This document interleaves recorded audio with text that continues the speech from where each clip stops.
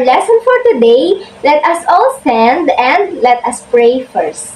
So everybody, bow your heads and feel the presence of the Lord.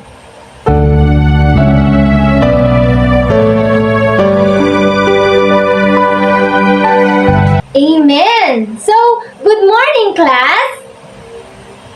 How are you today?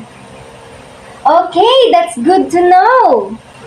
Class, kindly pick up all the scattered papers around your chairs and arrange your chairs as well. Are you done, class?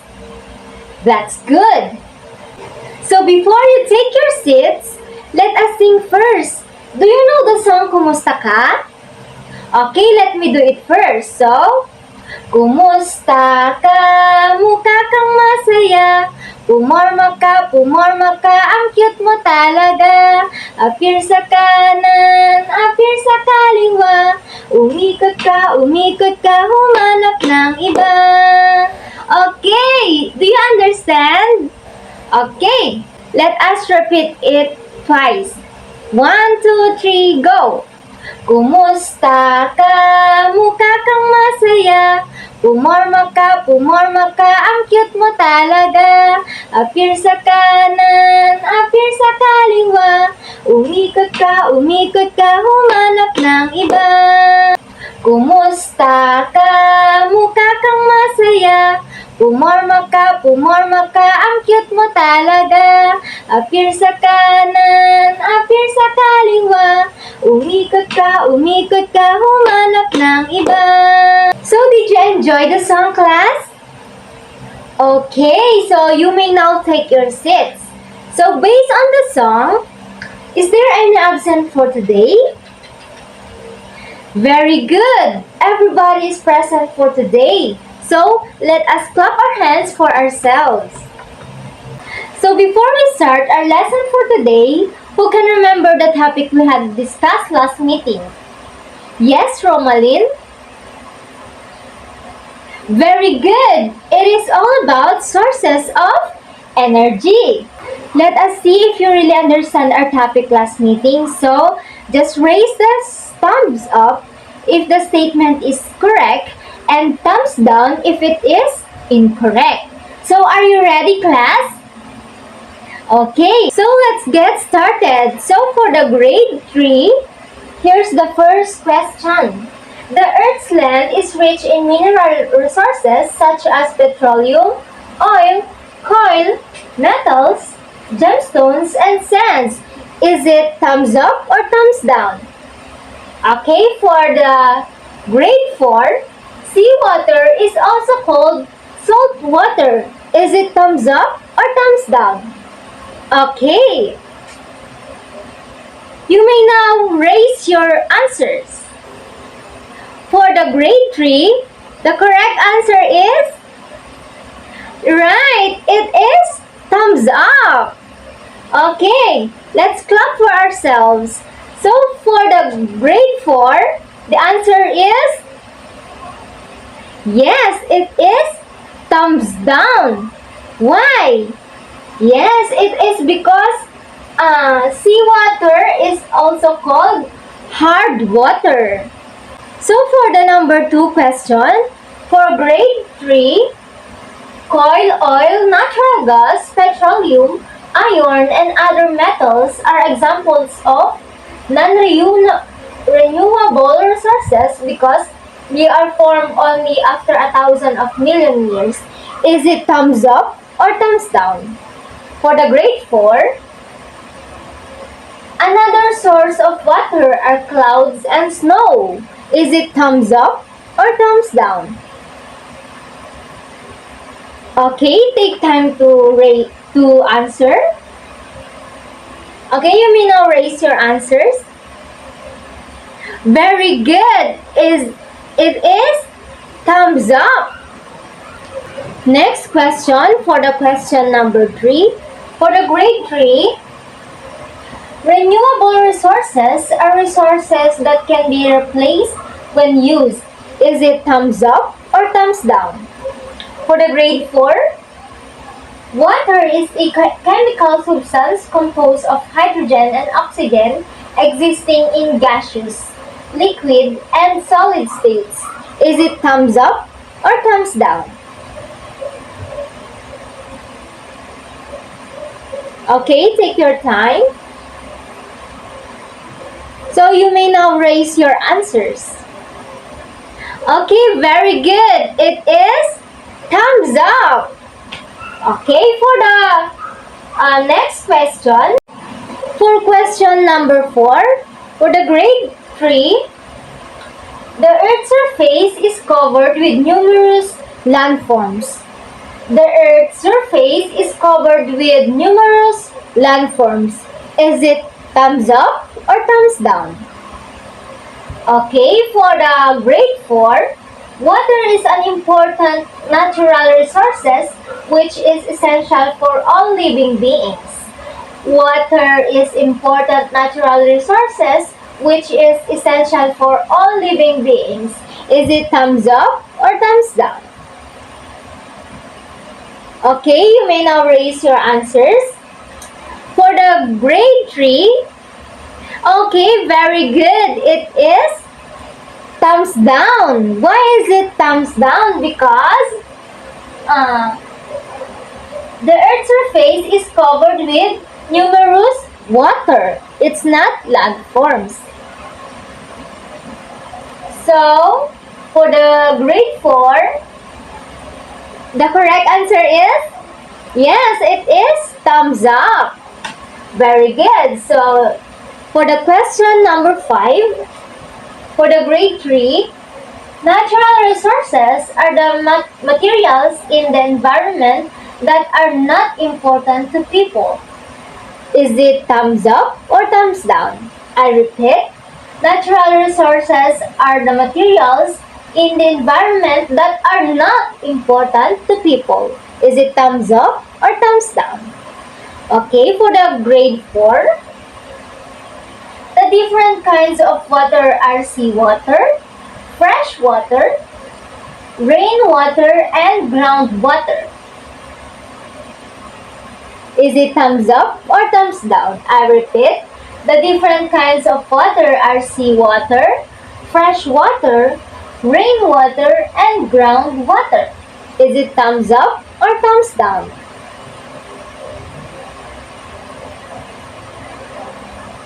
Okay, the correct answer for the grade 3 is, that's right, it is thumbs up.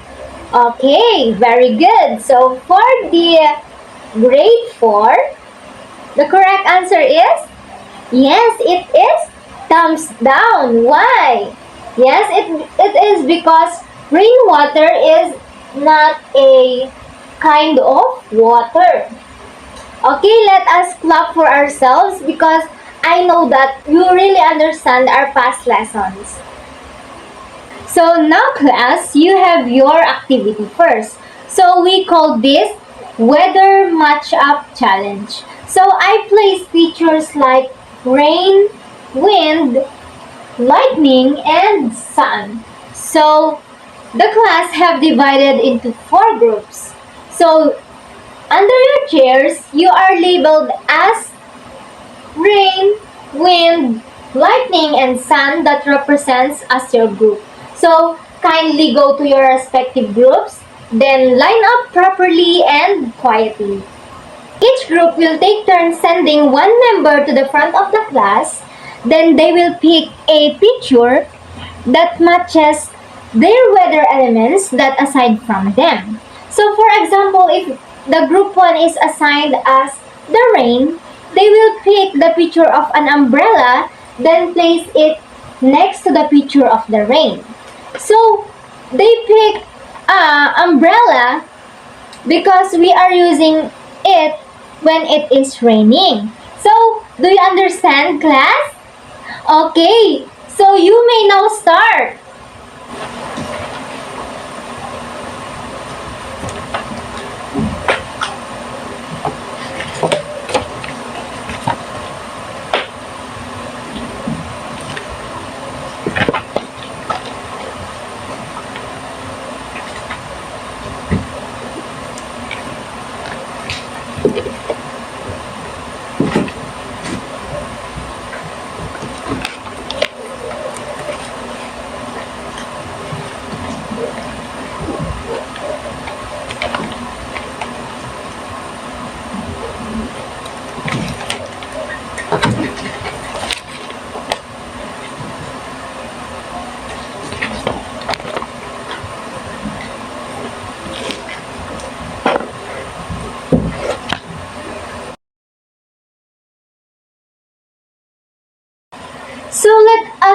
clap for ourselves and let us clap also for the sun group because they are the one who finished the activity first. Okay, so did you enjoy our activity, class? Yes, so based on the activity, what do you think is our lesson for today? Yes, Rogeline? Very good, exactly. So today we are going to discuss about types of weather and activities. So what is weather? Weather refers to the atmospheric condition in a specific location at a particular time, including temperature, humidity, precipitation, wind, speed, and atmospheric pressure. It is the day-to-day state of the atmospheric and is influenced by various factors such as the sun's radiation, air pressure, and geographic features. So, grade 3 and grade 4, the 5 types of weather is sunny, rainy, windy, stormy, and cloudy. Did you understand, class? Very good. So now, we will be tackled about the weather. So today, grade 3 and grade 4, we will be discussing the 5 types of weather, which is the sunny day, cloudy day, windy day, stormy day, and rainy day. So here are the components of weather.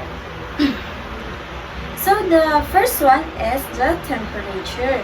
It measures the hottest or coldest of the air. It is usually measured in Celsius and Fahrenheit. So the next one is humidity. It refers to the amount of moisture or water vapor present in the air. It is often expressed as a percentage and indicates how much the air is saturated with water vapor. So next is precipitation. It includes various forms of water that fall from the atmosphere to the Earth's surface, such as rain, snow, sleet, or hail. So next is wind. It is the movement of horizontal and form regions. High pressure regions or pressure with wind speed and direction are important aspects of weather. And the next one is atmospheric pressure. It is the force exerted by the weight of the air above given point. It is usually measured the units such as miles or inches of mercury. And the next one is cloud cover. It refers to the amount of cloudiness in the sky, ranging the clear skies to completely overcast condition. Cloud play a significant role in weather patterns.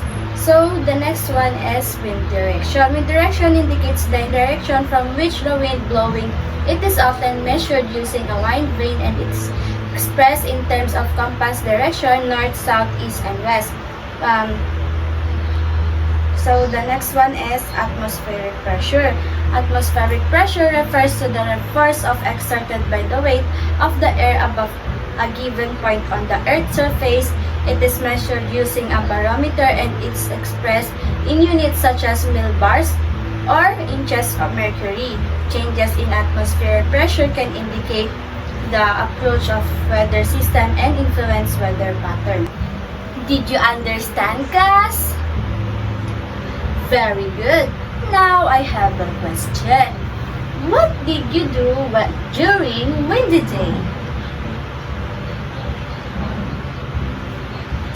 Okay, you play outside and you play with your cousins, friends, and others. So now what did you do when it's sunny day? Okay, playing outside then. But before you go outside, you must put sunscreen or sunblock because para hindi kayo sunog or maano yung inyong balat. So next is what did you do on cloudy day? Very good that ginagawa nyo, kapag cloudy day, ginagawa nyo dito ay matulog sapagkat hindi maganda masyado ang panahon kapag cloudy day. Ngayon naman, class, ano ang ginagawa nyo kapag rainy day? Tama, matulog na lang kayo, kaya magbasa-basa kayo ng inyong mga libro. At kapag rainy day, huwag din kayong lalabas ng mag-isa. Kailangan ninyong kasama ang inyong mga parents. Ngayon naman, class, takot ba kayo sa storm? Tama, yung iba kasi sa inyo ay takot sa storm. Dapat, anong ginagawa kapag may kidlat? Tama, huwag muna kayo mag-cellphone. Ang gawin nyo na lang ay magbasa ng libro o kaya kung mayroon kayong mga laruan na educational toys, yun na lang ang inyong gawin para maiwasan nyo ang pag-cellphone during stormy day. So now class, ano ang mga damit na sinusuot nyo kapag sunny day?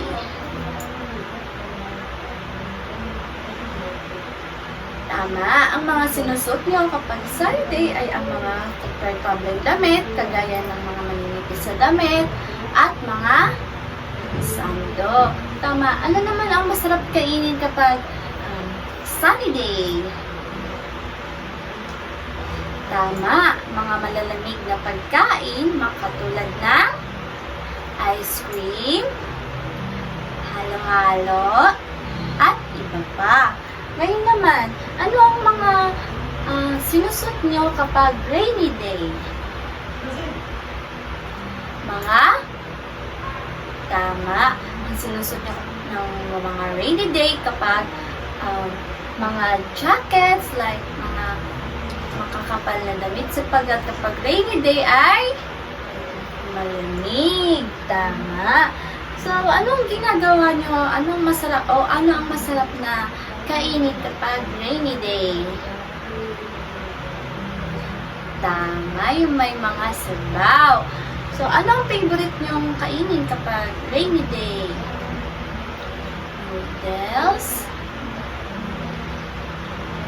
Okay, class, pero ang pagkain ng noodles ay hindi masyado maganda, kaya dapat minsan-minsan lang kumain, ha? Ngayon naman, class, kapag windy day, saan kayo naglalaro? Sa park o kaya sa labas ng inyong mga bahay. Tama. Ngayon, class, para sa inyo, what is your favorite weather? Yes? Oh, your favorite weather is sunny day because okay, ang favorite daw ni Mika ay sunny day sapagkat sila ay nagbabakasyon ng kanilang pamilya. Sino pa? Ano pang favorite ng weather? Sinong gusto nyo magbigay? Rainy day, yes. Junel, bakit rainy day yung favorite mo?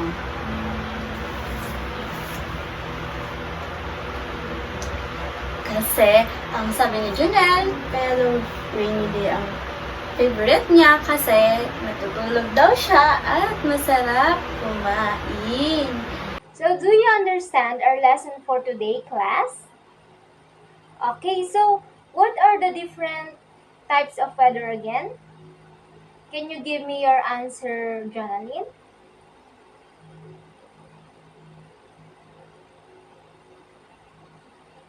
Okay, very good. How about the components of weather? Can you give me your answer, Angelica?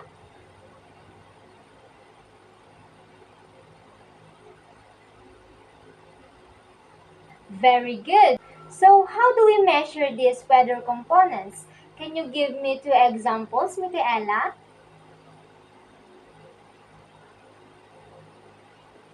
Okay, exactly. Indeed, you really understand our lesson for today, class.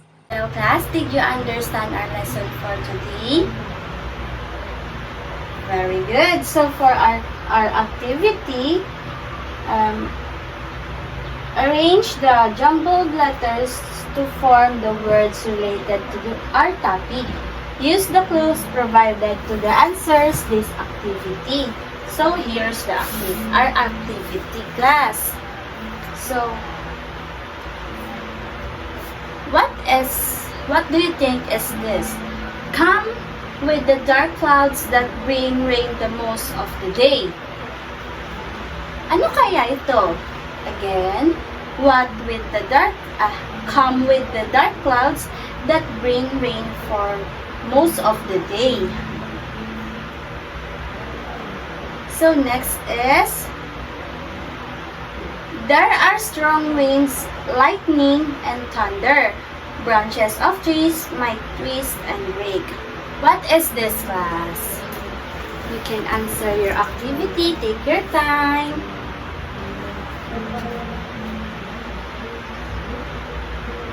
So the next one is, when the wind blows strongly but there is no rain.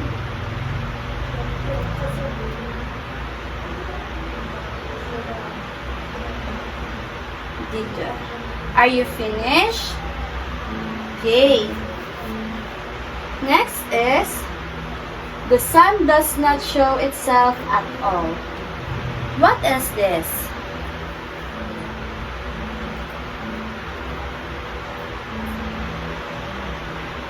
Are you done? Okay, next is, thin and wispy high clouds are scattered through the sky. The temperature is quite high. Are you done, class? Okay, that's all. So, are you done answering? Okay, very good. You may now give your papers here in front. Pass it quietly. Thank you. So for your assignment, take an advanced reading on our next lessons and we will have an oral recitation. Did you understand?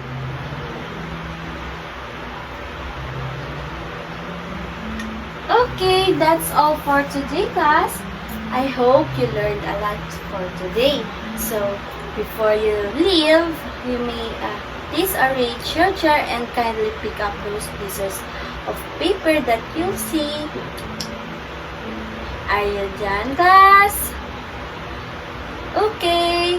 Bye! See you again tomorrow!